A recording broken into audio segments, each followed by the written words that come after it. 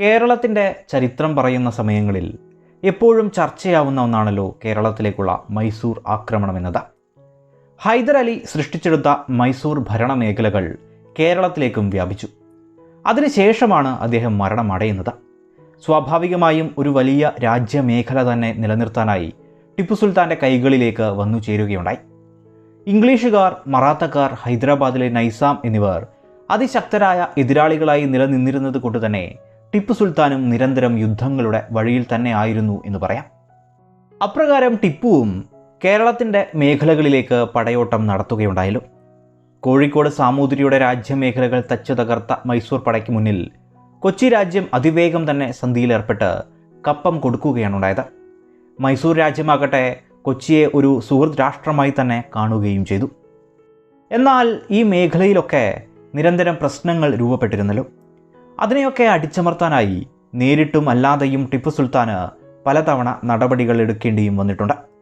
മലബാറിൽ നിന്ന് രക്ഷപ്പെട്ടിട്ടുള്ള പല രാജാക്കന്മാർക്കും അഭയം നൽകിയ ധർമ്മരാജാവിൻ്റെ നയത്തോട് ടിപ്പുവിന് കടുത്ത എതിർപ്പുണ്ടായിരുന്നത് കൊണ്ട് തന്നെ ടിപ്പുവിൻ്റെ ലക്ഷ്യങ്ങളിൽ തിരുവിതാംകൂറും കടന്നു വരികയുണ്ടായി.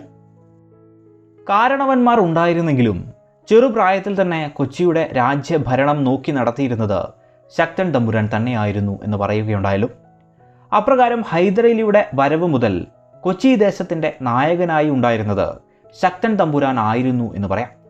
കോഴിക്കോട് ചെന്ന് ഹൈദർ അലിയെ കണ്ട സംഘത്തിലും ശക്തൻ തമ്പുരാൻ ഉണ്ടായിരുന്നുവെന്നും ഹൈദർ അലിക്ക് ശക്തൻ തമ്പുരാൻ്റെ പെരുമാറ്റവും കാര്യശേഷിയുമൊക്കെ ഇഷ്ടപ്പെട്ടിരുന്നതുമായി ബന്ധപ്പെട്ട് ചരിത്രത്തിൽ പറയുന്നുണ്ട്. ഹൈദർ അലിക്കപ്പുറം വന്ന ടിപ്പു സുൽത്താനും ആദ്യകാലങ്ങളിൽ കൊച്ചിയെ സൗഹൃദ രാജ്യമെന്ന നിലയിൽ തന്നെയാണ് കണ്ടിരുന്നത്. യാതൊരു ദ്രോഹങ്ങളും നാശങ്ങളും ചെയ്യാതെ ആദ്യകാലത്ത് ടിപ്പു കൊച്ചിയിൽ പ്രവേശിക്കുന്നതും തൃശ്ശൂരിൽ കച്ചേരി സ്ഥാപിച്ച് താമസിച്ച കാലവുമൊക്കെ കാണാവുന്നതാണ്. അതായത് കൊച്ചി രാജ്യം പിടിച്ചെടുക്കണമെന്നോ രാജാവിനെ തീർത്തും ഇല്ലായ്മ ചെയ്യണമെന്നോ തുടങ്ങിയ ആഗ്രഹങ്ങളൊന്നും മൈസൂരിന് ഉണ്ടായിരുന്നതായും കാണാനാവില്ല. എന്നാൽ വൈകാതെ തന്നെ ഈ ഒരു അഭിപ്രായത്തിന് മാറ്റം വരുന്നുണ്ട്. ആക്രമണങ്ങൾ സൃഷ്ടിക്കപ്പെടുന്നുണ്ട്. മറ്റൊരർത്ഥത്തിൽ ശക്തൻ തമ്പുരാനും ടിപ്പു സുൽത്താനും തമ്മിൽ തെറ്റാനുണ്ടായ കാരണം എന്തായിരിക്കും? വിശദമാക്കാം. താൻ തോൽപ്പിച്ചോടിച്ച അല്ലെങ്കിൽ തന്നെ പേടിച്ചോടിയ മലയാള നാട്ടിലെ രാജാക്കന്മാർക്ക് തിരുവിതാംകൂർ അഭയം നൽകിയതിനെ ടിപ്പു നിശിതമായി എതിർത്തിരുന്നു. ബ്രിട്ടീഷുകാരുടെ പിന്തുണയിൽ നിൽക്കുന്ന തിരുവിതാംകൂറിനെ എങ്ങനെയെങ്കിലും തകർക്കണമെന്നും ടിപ്പു ആഗ്രഹിച്ചു. എന്നാൽ അതിനുള്ള വഴി കൊച്ചി ദേശത്തു കൂടിയായിരുന്നു. കൊച്ചിയെ തൻ്റെ അധീനതയിൽ നിലനിർത്തി കൊച്ചിയെ മധ്യസ്ഥനാക്കിക്കൊണ്ട് തിരുവിതാംകൂറിനെയും ഇംഗ്ലീഷ് ബന്ധം വിടുവിച്ച് തൻ്റെ കീഴിൽ കൊണ്ടുവരണം എന്നാണ് ടിപ്പു ആഗ്രഹിച്ചത്. അത് നടന്നതുമില്ല.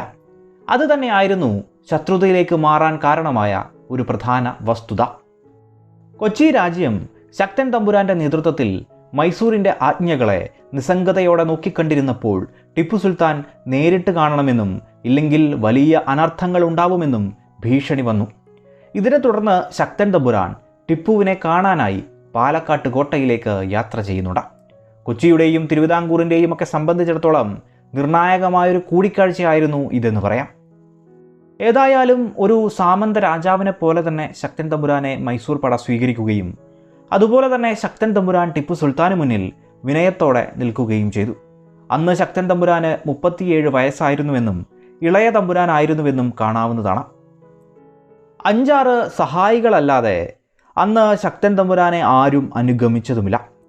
ടിപ്പു സുൽത്താൻ ശക്തനെ സ്നേഹാദരങ്ങളോടുകൂടി തന്നെ ആദരിച്ചിരുത്തുകയും അവർ തമ്മിൽ ചർച്ചകൾ ഉണ്ടാവുകയുണ്ടായി. അവർ തമ്മിൽ ആദ്യമായി കണ്ടുമുട്ടുന്ന അവസരം കൂടിയായിരുന്നു അത് എന്ന് പറയാം. താൻ ഇളയ രാജാവാണെന്ന് ശക്തൻ തമ്പുരാൻ ടിപ്പുവിനെ അറിയിച്ചപ്പോൾ ടിപ്പു സുൽത്താൻ കാരണവരെവിടെ എന്ന ചോദ്യം ഉയർത്തുകയുണ്ടായി.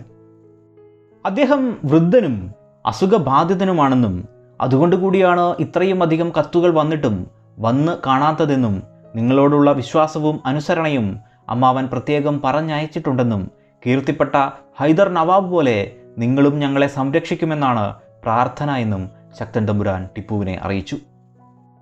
ഈ കാര്യങ്ങൾ ഹൈദർ അലിക്കും അറിയാവുന്ന കാര്യമാണ് എന്നുകൂടി പറഞ്ഞതോടെ ടിപ്പു സുൽത്താൻ രാജ്യകാര്യങ്ങളെക്കുറിച്ചും നികുതി പിരിവുമായും ബന്ധപ്പെട്ടൊക്കെ ചോദ്യങ്ങൾ ഉയർത്തുകയും അതൊക്കെ മൈസൂരിൻ്റെ സംരക്ഷണം ഉള്ളതുകൊണ്ട് തന്നെ നന്നായി പോകുന്നു എന്ന മറുപടിയും നൽകുകയുണ്ടായി. ഇതിനപ്പുറമാണ് ടിപ്പു സുൽത്താൻ തിരുവിതാംകൂറിനെ പറ്റി ശക്തൻ തമ്പുരാനോട് ചോദിക്കുന്നത്. അയൽ രാജ്യമാണെന്നും പണ്ട് അതിർത്തി പ്രശ്നങ്ങൾ ഉണ്ടായിരുന്നെന്നും ഇപ്പോൾ രണ്ടുമല്ലാത്ത ഒരവസ്ഥയിൽ തുടർന്നു പോകുന്നു എന്ന മറുപടിയും നൽകി. ഉടനെ ടിപ്പു രാജ്യത്തിൻ്റെ ശേഷിയെക്കുറിച്ച് ചോദിക്കുകയുണ്ടായി. രാജ്യം വലുതാണെന്നും ദ്രവ്യസമ്പത്തുണ്ടെന്നും സൈനിക ശേഷിയുണ്ടെന്നും ഇംഗ്ലീഷ് കമ്പനി ഉൾപ്പെടെ പലരുടെയും സഹായമുണ്ടെന്നുമുള്ള ശക്തൻ്റെ മറുപടിക്ക് എൻ്റെ ബലം അവർക്കറിയില്ല എന്നും മലബാറിലെ രാജാക്കന്മാരെയൊക്കെ അവിടെ പിടിച്ചു വച്ചിരിക്കുന്നു എന്നും അതുകൊണ്ട് തന്നെ അവരെ ഒരു പാഠം പഠിപ്പിക്കണമെന്നും കൊച്ചിയിലൂടെ തിരുവാങ്കോട്ടയ്ക്ക് പട നയിച്ചാലോ എന്നും ടിപ്പു ചോദിക്കുകയുണ്ടായി. എല്ലാം ടിപ്പു സുൽത്താൻ്റെ ഇഷ്ടമെന്നും എന്നാൽ ദയവ് ചെയ്ത് കൊച്ചി രാജ്യത്തെ ഇതിൽ വലിച്ചിടരുത് എന്നുമാണ് ശക്തൻ തമ്പുരാൻ പറഞ്ഞത്. എന്തിനാണ് ഭയക്കുന്നത് എന്നും പെരുമ്പടപ്പിൻ്റെ ദേശങ്ങൾ അവർ പിടിച്ചു വച്ചിട്ടില്ലേ എന്നും അത് തിരിച്ചു ചോദിക്കൂ എന്നും തന്നില്ലെങ്കിൽ എനിക്കതൊരു കാരണമായി എന്നും ടിപ്പു പറയുകയുണ്ടായി. എന്നാൽ അതിനും അനുകൂലമായി ശക്തൻ തമ്പുരാൻ പ്രതികരിക്കുകയുണ്ടായില്ല.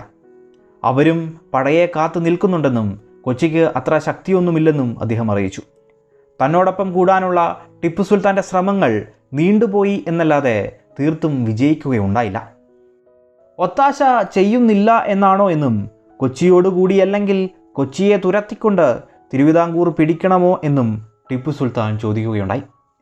അമ്മാവനാണ് അവസാന വാക്കെന്നും എനിക്കതിന് അധികാരമില്ലെന്നും അതുകൊണ്ട് തന്നെ കുറച്ച് ദിവസത്തെ സമയം തരണമെന്നും വിവരം അറിയിക്കാമെന്നും ശക്തൻ തമ്പുരാൻ പറയുകയുണ്ടായി. അതിൻ്റെ ഭാഗമായി ടിപ്പു സുൽത്താൻ 4 ദിവസത്തെ സമയമാണ് കൊച്ചിക്ക് നൽകിയത്. ഏതായാലും കൊച്ചിയിലേക്ക് തിരിച്ചെത്തിയ ശക്തൻ തമ്പുരാൻ ടിപ്പുവിന് അനുകൂലമായി നിൽക്കുകയുണ്ടായില്ല. നെടുങ്കോട്ട കെട്ടുന്നതിൽ സഹായങ്ങൾ നൽകുക പോലുമുണ്ടായി. മറുപടി ടിപ്പുവിനെ അറിയിച്ചതുമില്ല.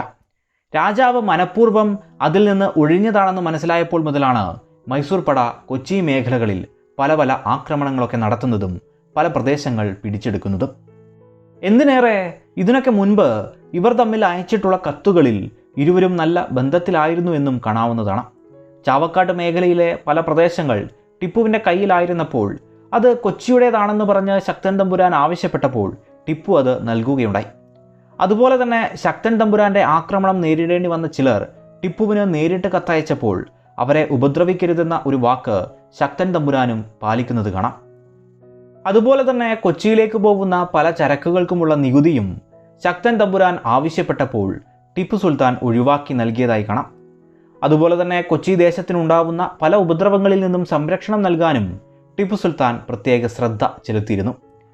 സ്വന്തം സ്വാർത്ഥ താല്പര്യങ്ങൾക്ക് വേണ്ടിയാണെങ്കിൽ പോലും ടിപ്പു സുൽത്താന് കൊച്ചിയോട് അല്ലെങ്കിൽ ശക്തൻ തമ്പുരാനോട് അനുഭാവപൂർണമായ ഒരു സമീപനം ഉണ്ടായിരുന്നതായി കാണാം. കൊച്ചിയെ തൻ്റെ സ്വാധീനതയിൽ നിർത്താനായി ടിപ്പു സുൽത്താൻ ശ്രദ്ധിച്ചിരുന്നു എന്ന് തന്നെ പറയാം. തന്നെ സഹായിക്കാതെ തോൽപ്പിക്കാൻ ഒത്താശ ചെയ്ത് അല്ലെങ്കിൽ ചതി ചെയ്തു എന്ന് തോന്നിയപ്പോൾ പോലും പകയോടെ ടിപ്പു സുൽത്താൻ കൊച്ചിയെ നോക്കിക്കണ്ടിട്ടില്ല എന്നും കാണാവുന്നതാണ്. അതുകൊണ്ട് തന്നെ തിരുവിതാംകൂർ ആക്രമിക്കുന്നതിനുള്ള സഹായ സഹകരണങ്ങൾ നൽകാതെ വരുന്നതുവരെയും ടിപ്പു കൊച്ചിയെ ഒരു സുഹൃത് രാജ്യമായി തന്നെ കണ്ടു എന്ന് കാണാം. ഒരു സാമന്ത രാജാവിനെ എന്ന പോലെ തന്നെ ശക്തൻ തമ്പുരാനെ ടിപ്പു സുൽത്താൻ സ്നേഹിക്കുകയും സഹായിക്കുകയും ചെയ്തു. കൊച്ചിക്ക് ആ കാലം ടിപ്പുവിൽ നിന്ന് വലിയ ആക്രമണങ്ങൾ നേരിടേണ്ടി വന്നില്ല എന്നത് തന്നെയാണ് അതിൻ്റെ ഏറ്റവും വലിയ ഉദാഹരണം. തിരുവിതാംകൂർ രാജ്യം ആക്രമിക്കുന്നതിന് ടിപ്പു സുൽത്താൻ പലതവണ സഹായം അഭ്യർത്ഥിച്ചിട്ടും അത് നടക്കാതെ വന്നതോടെ ടിപ്പു കൊച്ചി രാജ്യം ആക്രമിക്കുകയും കൊള്ളയടിക്കുകയും ഒക്കെ ചെയ്തു.